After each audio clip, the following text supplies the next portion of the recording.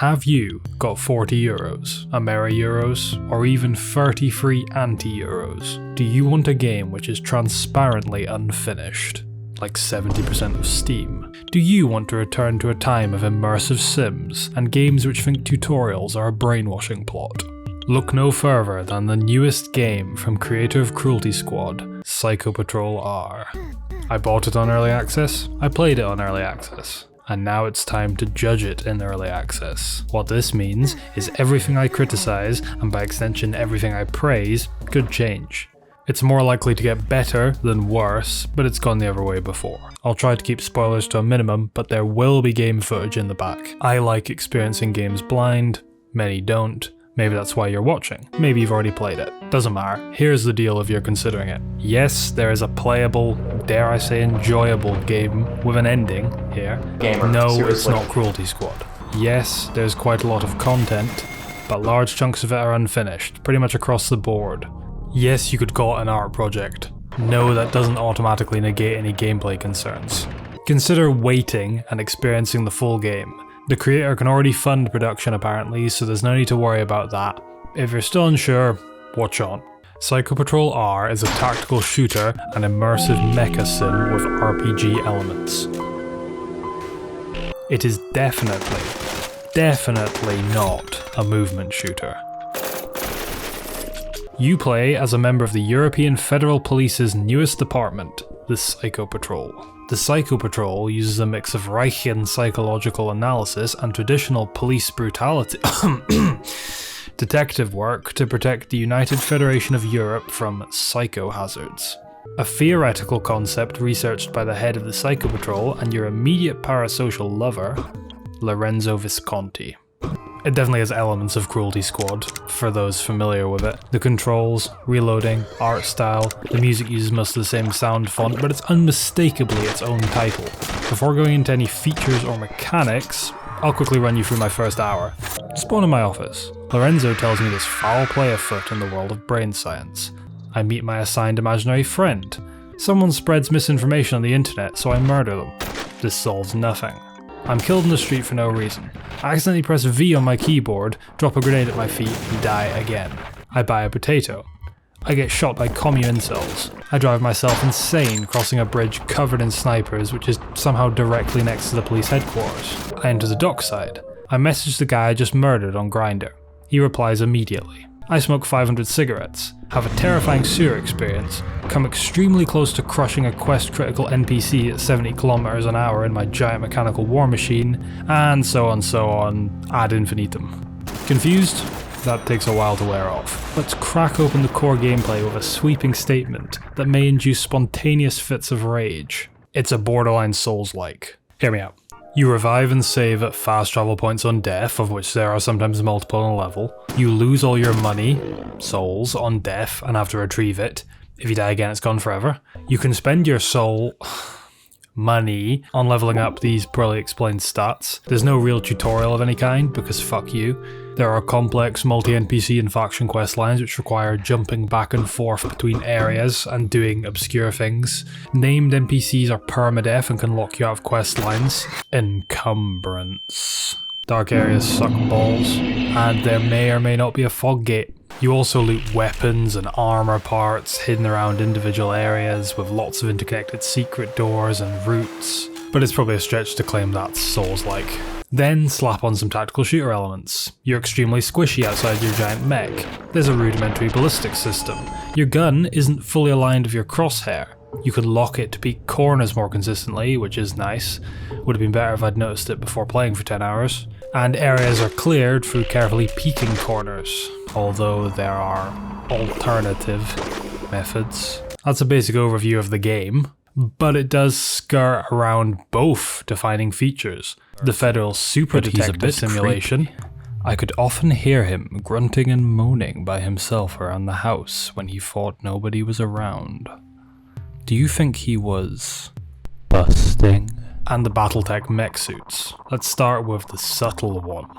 Your V-Stalker is the magic cream which turns you from roly-poly donut eater to bulletproof soul-powered death machine. It's fully rekittable, body for armor and health, legs for speed and capacity, engine for booster. free weapons, your left arm, your right arm, your phallus, as well as 2 equipment slots for sirens and night vision and pretty much nothing else at the moment. It creates an interesting dynamic and it shakes up the tactical corner peeking, die instantly raider gameplay. Say you get tasked to find someone in an apartment block. You rock up to the building in your stalker, ravage everything in the general area, blow out all the windows, kill everyone, hop out, walk through the viscera up to the front door and immediately get shot in the head. Should have stayed in the warm safety blanket that is the mech. And they're very customizable. I mean, they're still mechs, but customizable mechs. You can make them maneuverable with light weapons and armor, but it'll explode if you throw a rocket hit. You can make your V-Stalker borderline immobile with Gatling cannons in the body of a Lamborghini tractor, but it can take a face full of 20mm shells and keep trundling on, albeit at 2 km per hour. That's the trade-off, that you're slow. You definitely can't bypass them with chicanery such as repeatedly boosting backwards. And don't you dare try that on a slope, you rapscallion. One more cool trick. There is nothing stopping you pulling the guns off your V-Stalker and using them. It's not very practical, because they weigh a ton, but it does let you do this. Something else. Big guns, big ammunition, especially if it's a Gatling gun. That's a lot of big ammo. Ville's work uniform at Yogurtland was taken out of his pay packet a decade ago, and his obsessive fury with this gross display of capitalism was funneled entirely into the ammo bill feature. Yeah, when you fire 200 rounds out of your P90, you barely notice. But if you decide to, say, outfit your V-Stalker with 3 Gatling cannons because it's funny, after the 24-hour mark, it becomes less funny. So what about being a detective? Well, it's primarily a vehicle for putting plot threads together and interacting with NPCs. There's a main quest line which you follow for the whole game, and then an assortment of side quests of various lengths and stages of completeness. NPCs with yellow names have non-standard dialogue options and permadeath. You can sometimes even get extra dialogue out of them with a healthy bribe. What do you got for me? Pet. This normally means they're quest relevant, and once you know they exist, you can track them on your computer. Within your Blade Runner computer, you have a picture of Nebuchadnezzar, a list of case files, and a diary of your internal monologue. If you feel like externalizing this monologue, you can always summon your handy tulpa, who will agree with you on everything. It's not complicated, there's not a lot to talk about mechanically. However, the internal monologue from the log is pretty good. As you talk and do quests, you do sometimes see NPCs' lives and locations and heartbeat all change according to your fixed actions. It's not drastic, but hopefully it's expanded in the finished game. Just don't go in expecting Disco Elysium. Other unique mechanics include a stock market system like Cruelty Squad, which lets you stash your money so you don't lose it on death. A hacking system where you have to find passwords hidden in text. Realistic sleep apnea for every NPC so they snore and moan and groan fucking constantly.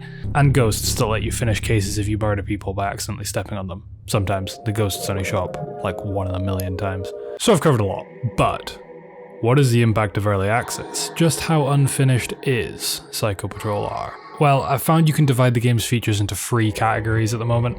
Finished or mostly finished, obviously unfinished, and I really hope they're not finished. So what's finished? There's already a pretty big collection of weapons. I imagine it'll get added to, but if it wasn't, it'd still be okay, and that goes for your V-Stalker and you on the ground.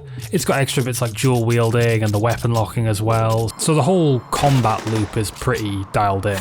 The aesthetic and themes are well defined without placeholders. That'll probably just get expanded on a bit. The bonfire checkpoints, they work fine. The general story and path you take through the world, I can't see that changing too much, and the way that quests are structured seems to be mostly defined as well. More areas will be added, and they actually have builder NPCs standing outside some cordoned off bits, but the core areas already seem to exist.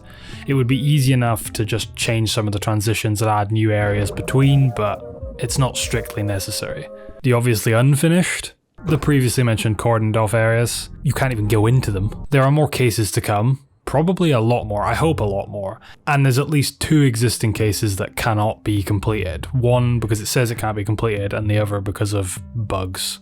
When you die, you revive with DNA damage and are given a chart of these vague concepts. This currently does nothing, at least I don't think it does anything. It's implemented purely on an aesthetic level.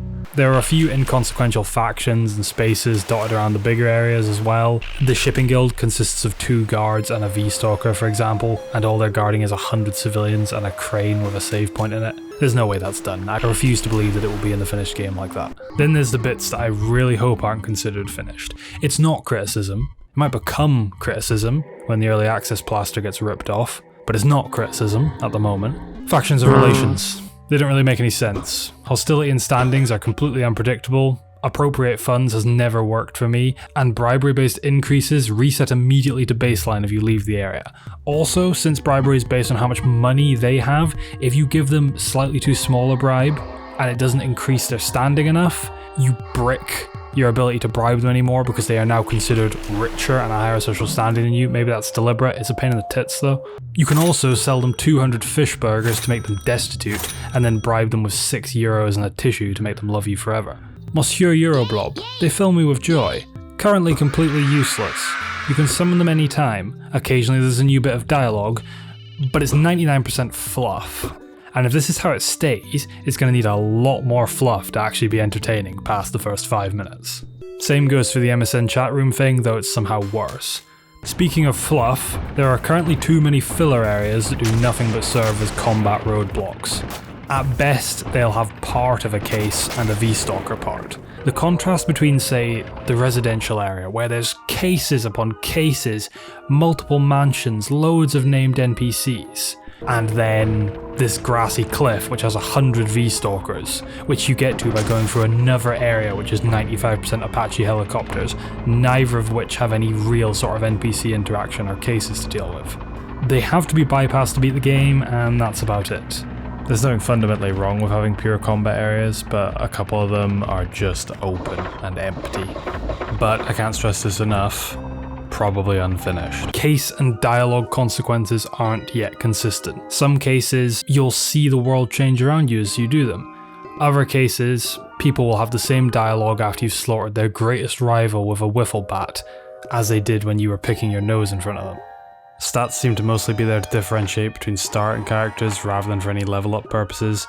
You don't know what they do, they're very expensive, and you're not spending €30,000 on an upside down red star called lack. One last thing which bugs me, there's 6 difficulty levels. All they do at the moment, from what I could find online, is change how much damage you take. I'm of the opinion that's pointless, but I have a weird hate boner for purely scaling based difficulties, so take that as you will. Elaborate on that. No, I won't. There are bugs too, obviously, but all the ones I experienced were minor or funny in some way. Bunny hopping uphill doesn't work, ammo says it has weight but it doesn't, flashlights shine through walls. I got stuck a lot, but that was probably because I was minigun boosting over buildings.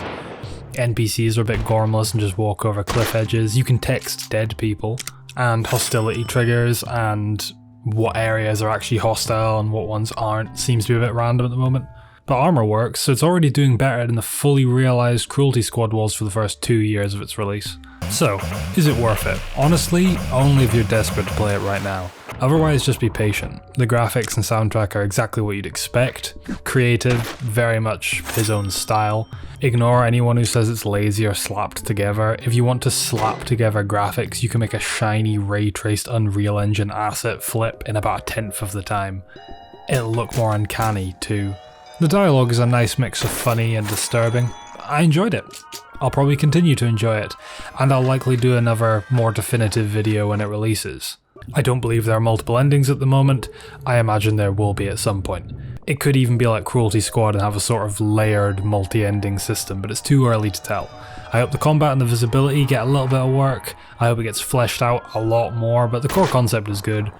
More immersive Sims please. I want them to be pushed out like it's the late 90s. No more third-person linear story games. No more games where I have to climb 40 identical towers to reveal 5% of the map. More like this. Of course, this is all liable to change, and in 6 months this video will be a relic that's only useful for comparison. Tight.